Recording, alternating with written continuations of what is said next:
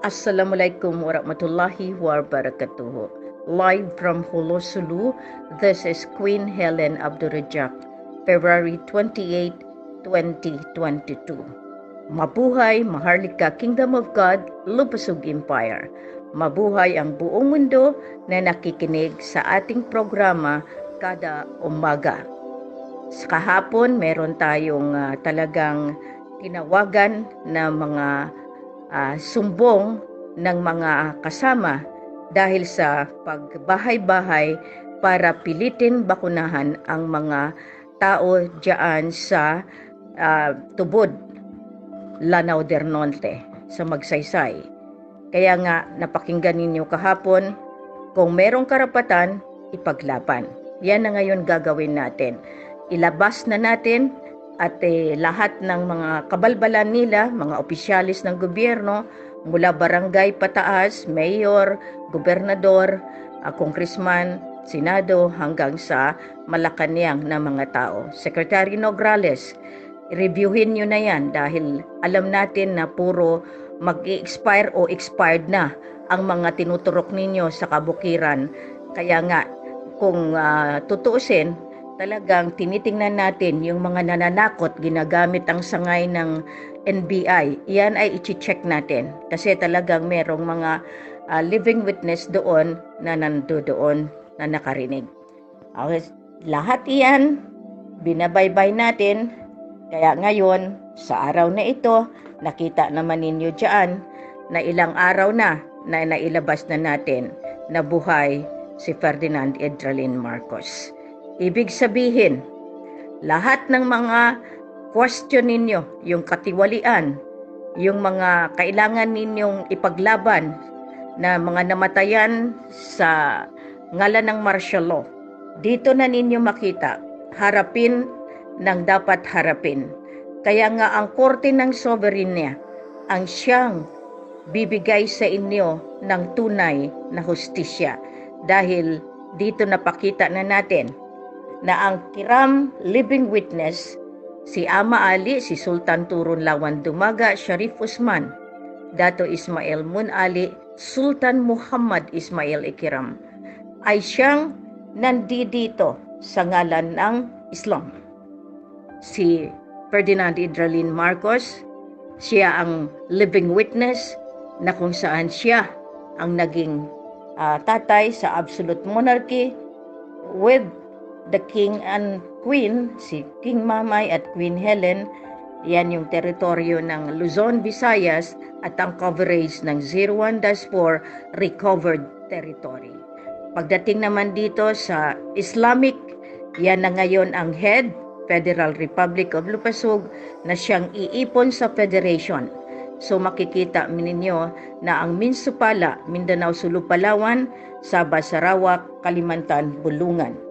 So lahat itong dalawa, lahat ng bagong henerasyon na mga liderato ay talagang inappoint ang ating mga grandfathers na yan nagtatrabaho.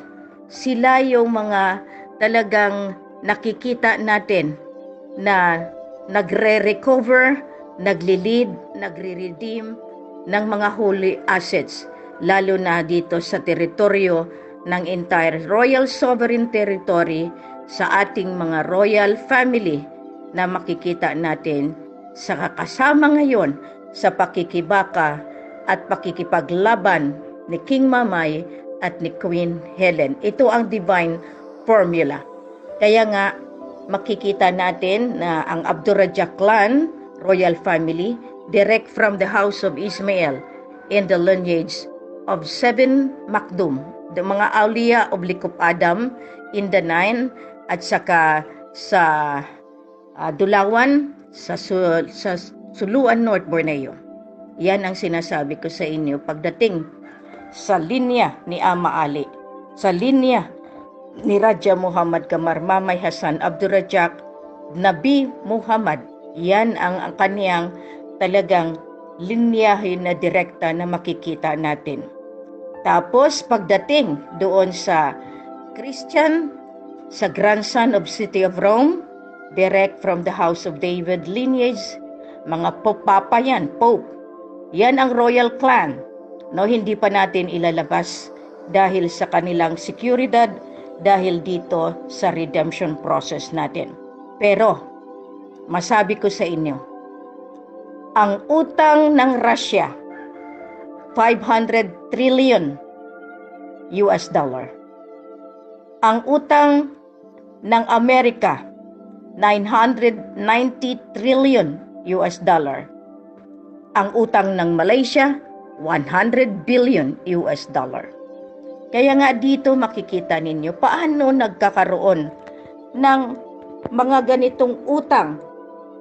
Kaya nga pinapaaway na naman kung sumiklab na naman iyan dahil alam nila maniningil na ang apo ng mga lolo ng mula sa tore ni David. Sa tore ni Ismael, nandito si Raja Mamay. Kaya nandito si Queen sa tore ng David. Dito natin makikita. Kaya nga, gusto kong ibigay kay Raja Mamay, bakit ang lolo talagang ipinaglaban niya na wag walain ang Abdurrahjak na apelyedo dahil yan ang binigay ng lolo Tungko na kahit anong mangyari, hahanapin at hahanapin. Pasalamat tayo, nandito ulit ang ating mahal na hari para bigyan linaw itong tinatawag ng bagong henerasyon. Ang pangalan mismo ang siyang magpatunay kung bakit hahanapin ng buong mundo at magtulong-tulungan baguhin ang hugis ng ating bagong mundo na ginagalawan. Hindi lamang lupasog, kundi ang buong mundo. Mahal na hari, bakit ang Abdurrahjak ang siyang tumayo ngayon bilang isang royal family clan para tulungan ang Islamic ng buong mundo? A'udzu billahi minasyaitonir rajim. Bismillahirrahmanirrahim. Ito po ay katotohanan. Wala na po, hindi na po magpayag ang Diyos at saka Allah. Ang mali ay maging totoo, totoo ay maging mali. Actually, my great-great-grandfather is the only son of Sultan of Sulu in North Pole, the founder of Masyun, and 15th century by the England Magna Carta. Siya po ang nagtayo ng agama Islam, yung tinatawag sa Malaysia Tiang Ilmu, dito sa Pilipinas Hag Sin Ilmu. Ang lolo ko ito, pangalan niya dito sa Sulu, siya ay white, puti siya, Muhammad Kamaluddin in Sulu. In Indonesia, Muhammad Kamaruddin, itim po siya, black. Sa Brunei, Husin Kamaluddin, pula po. Lord po yun. Ay siya po, 12 Sultan Muhammad Ali. Noong siya naghaji, yun na ang binigay ng Allah sa kanya na tunay na pangalan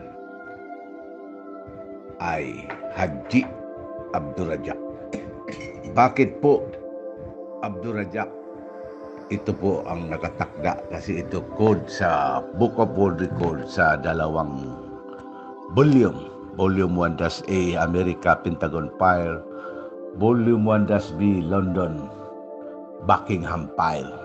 Ito po ang magpatunay. Kasi noong ang tatay ng tatay ko, my great-great-grandfather, pumanaw. Siya lang ang tinawag sa kanilang, sa 7 sila magkapatid, siya lang ang pinatawag ng tatay niya. Noong siya pumanaw, kasi ang tatay noong una, tatay ko nag-aaral siya ng grade 5, pagkatapos yun, maestro na. Noong pangarahon ng Amerika, grade 5. Sabi niya sa tatay ko, Abdul Gapar, mag-aral lang ka. This is my advice to you. Huwag mong alisin ang pangalan ko. Huwag mong alisin ang apelyido mo. wag mong walain ang Abdurrajak kasi yan ang buong mundo, especially the NATO, maghanap at saka UN magpasok na dahil sa Abdurrajak. NATO, magpasok na kayo sa Sulu kasi labas ko na ang code ng Abdurrajak kasi kang sabi ng lolo ko, kung lalabas na ang Abdurrajak, magpunta na sa Sulu ang Blue Eyes kasi mayroon na tayong Royal Imperial Headquarters, Peace Defense Economic Renewable Energy. Nandito na lahat.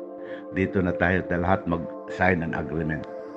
Mag-sign ng simula ng agreement treaty to begin with the new agreement and development for the new generation. Ang Abdo, it is in Arabic characters. Ang ibig sabihin ng Abdo sa English, grace. Sa Tagalog, gracia. Big grace, pinakamalaking gracia. Abdo. The last, the continuous Abdo. In Abdo, in Arabic characters, that is grace, gracia in Tagalog. Rajak, Raja is king. Kaya nga, Abdurrajak. Lalabas na ang Abdurrajak, buksan natin na ang grasya ng asset, ng tinakda ng Diyos Ama at saka Allah, ibigay na sa taong naghihirap, pinapahirapan ng mga politiko, walang puso sa tao, na national government, local government, Malaysia, Indonesia, isauli ninyo niya ang 50 years pinagtiwala sa inyo. Ano nangyari sa demokrasi? Ayun. 50 years. 100 billion US dollar ang utang Just think and imagine. ng Malaysia. Ang lolo ko, my great-great-grandfather, nagbigay siya ng 50 years sa inyo on August 5, 1963. Diyan sa Department of Foreign Affairs in Manila. 50 years lang ang binigay at pinayagan lang kayo maggawa ng dalawang party. Kaya dito sa Pilipinas, Nationalista Party, Liberal Party for the period of 50 years.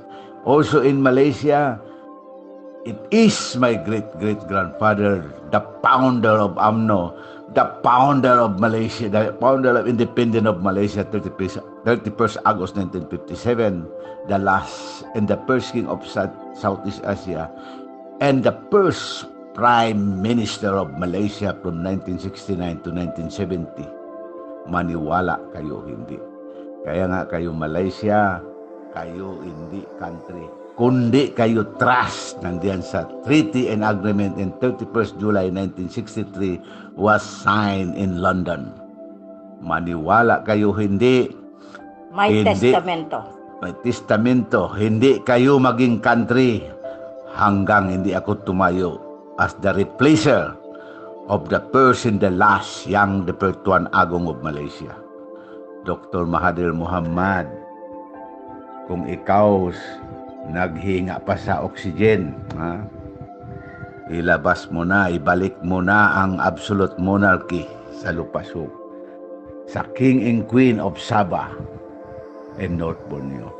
Kami po ang nakaprogram, ang nakatakda, pumalit sa katotohanan to become a leader, ibabalik ang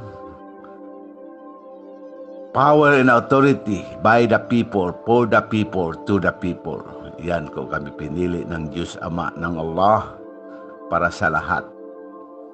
Para sa lahat. Ngayon, imagine ang grace period ng MA63, September 16, 2013. Ano nangyari? Mahathir, dahil sa iyo, nasira lahat ang demokrasya. Inangkin mo ang pera ng hindi sa iyo. Inna lillahi wa inna ilahi rajiun. lahat ang kamalian mo, hindi ka natanggapin ng Allah. Wala ka ng mercy sa Diyos Ama. Dahil ito, ikaw ang nakaprogram sumisira sa buong mundo, especially sa Lupasug, Basilan, Lanao, Maguindanao. Dahil dito nag-umpisa lahat ang kasiraan. Sinabi na ng uncle ko, the first head of state of Sabah and the first first chief minister of Sabah, Dato Mustafa Harun, before siya namatay. Kaya nga inaulit-ulit ko, before siya namatay, tinawag lahat niya ang cabinet niya, especially si Dayang Mahani. Lahat ang pinagawa na kasiraan, it is command by Dr. Mahathir Mohamad. Hindi ka na Tun. Tun ay title political. Tapos na ang 50 years, magbalik na kayo sa source of origin ninyo. Wala na kayong dato, wala na kayong Tun, kasi tapos na. Ako na ang magbigay ng titulo ninyo, title ninyo. Kung kayo susunod sa Allah, kung kayo susunod sa Quran Nur Karim, ibabalik natin na ang pamumuno sa Diyos Ama, sa Allah. Dahil tayong mga tao ay hindi pwede pagtiwalaan. Dahil puro kasinungalingan, puro kalokohan, puro hindi tama. Ngayon wala na kayong serbisyo sa publiko. As a leader, you must be a good followers. Saan na ang good followers ninyo? Pinili kayo ng bayan, ng taong bayan, tatay at nanay, para maalaga ng tao. Ngayon wala na, pinapatay na ang tao dahil sa baksin ito. Ang baksin ito, kailangan ihinto ninyo na. Huwag na kayo mag-house to house. Kung kayo pa ay mag-house to house, I have to order North Borneo, Sultana Diholo, Queen of the Philippine Island, to do an inventory as soon as possible before mag-1st of March. Tingnan natin Isang araw na kung lang. saan kayo. Ngayon na lang ang huling araw. Kung hindi ninyo mabayad ang 58 years utang ninyo sa tao, believe me or not, Ayun. pangako ko ito sa mga tao pinagpahirapan ninyo. Hindi niyo ba alam? Sa munisipyo ng Istino may isang imam diyan, binibigyan ng engkantado. Na naginip siya, dinala siya ng isang matanda, mahabang barbas. Dinala siya sa ibang lugar. Ang lugar na yan, maraming patay. Kinakamada ang patay. Lahat patay. Sabi ng matanda itong mahabang barbas ito, tingnan natin, tingnan mo imam itong tao na mamatay ito. Ito ang binaksin ng COVID-19. Dito lang sa Hulo ang dami. Pero kung sila ampunin ng Allah at saka Prophet Muhammad, yan lang ang sinasabi ng matandang mahabang barbas yan. Believe me or not, that imam ito noong kami nagkandori doon sa Bayog, nilabas niya po ito. Alam mo ba, there is an international criminal court of justice. Yun ang tinatawag ICCJ. Kasi nabawi na ng North Borneo, Sultana Diholo, Philippine Islands, ang Seruan Daspor, ang lahat-lahat ng asset ng sultanato. Ibabalik po yan sa taong bayan. Pera ng taong bayan. For the people's money, especially the poor country. Kami binigyan lang ng authority para iayos ang law. Law must be an order. Kaya nga, ang first in-implementa namin, freedom of religion, freedom of speech, freedom of choice, but the last. No one is above the law. That's why ang vision namin from 2009, 2010, 2011, 2012, 2013, 2014, 2015, 2016, almost 11 years, and etc., etc. Yan ang magpatunay. Tama na ang pagbaksin ninyo. The DILG, the Office of the President, Intel Action Task Force, illegal na kayo. I am the real Sultan of Sulu in North Borneo. Wala na po ang authority ng Presidente. Tapos na ang 50 years. Hanggang doon lang kayo kay Gloria. Si Gloria ay wala na po. Kasi siya, kahit siya ang pinsan ko, ako ang magtunay, wala pa po. Mas maganda kung may maskara. Ibubuksan ko yan sa publiko kung siya ay totoo. Kaya nga, i-declare niya na ay siya ay patay na. Kung sino kayo magtanggap, binubuhay niyo pa ang patay, maniwala kayo hindi, ibubuksan ko ang maskara ninyo para malaman ng publiko anong ginawa ninyo sa country, anong ginawa ninyo sa taong bayan. Kasi dito lang sa Pilipinas, destroyed the image of the Philippine President of the Republic of the Philippines. Hindi na tayo maggamit ng maskara. Ay, itutuloy natin pa ito bukas kasi magpunta pa tayo sa Sabay stand-off, Zamboanga stand-off para ilabas ko na sinong ang author ng Sabay stand-off, Zamboanga stand-off, and Marawi stand-off. Kailangan natin na ilabas para makulong na. NATO, please be advised. United Nations, please be advised. Abdurrahman, lalabas na. Nandito na sa Lupasug. Assalamualaikum warahmatullahi wabarakatuh. Waalaikumsalam. Napakaganda po ang binigay na pahayag ng ating mahal na hari at nakikita ninyo talagang inutusan niya na po ako bilang reyna magkaroon ng inventaryo. Maraming salamat po at kahapon na ipalabas na ng ating mga matatandang kapatid ang ating mga lolo sa iba't ibang dako ng mundo na binigyan ng Allah ng otoridad sa ngayon sa itong bagong henerasyon. Si Apo Lakay, nandiyan siya bilang living witness dahil ang kanyang otoridad na isalin na niya sa kanyang pinagkatiwalaan sa panahon sa ngayon.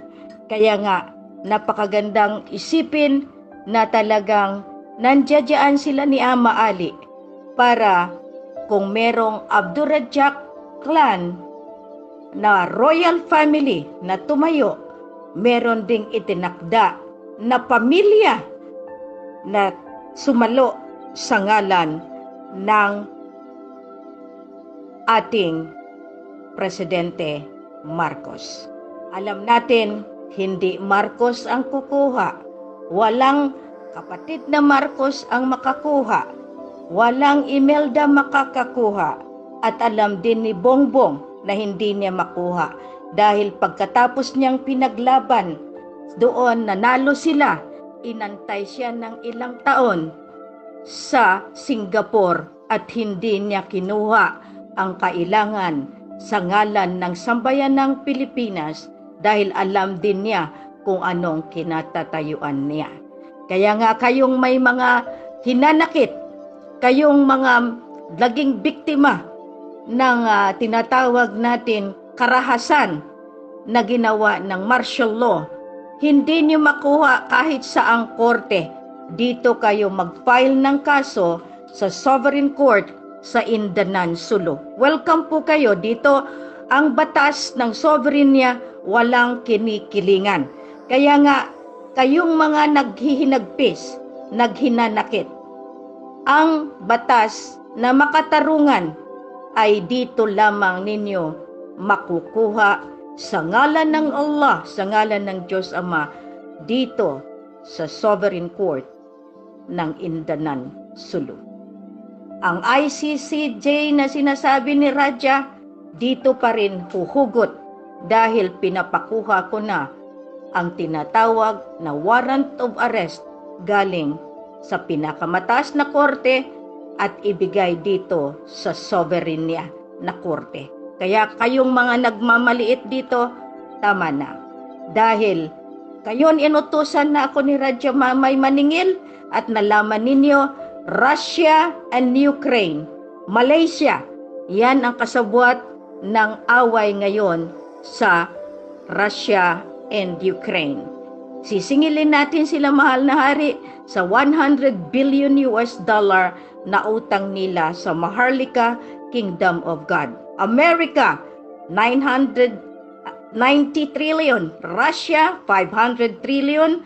Kaya ngayon, nalaman na natin na si Lolo Rizal, siya rin si Antonio Severino, lahat ito, Santa Romana, si GPR, Lolo Rizal pa rin, pero namatay si Antonio Diaz sa Cabanatuan at the age of 113.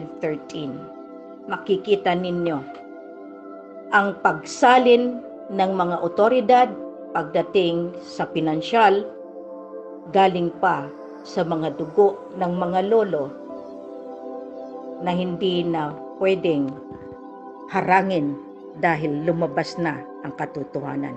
Maraming salamat po sa inyo. Hanggang sa muli, hanggang bukas. Mabuhay, masalam.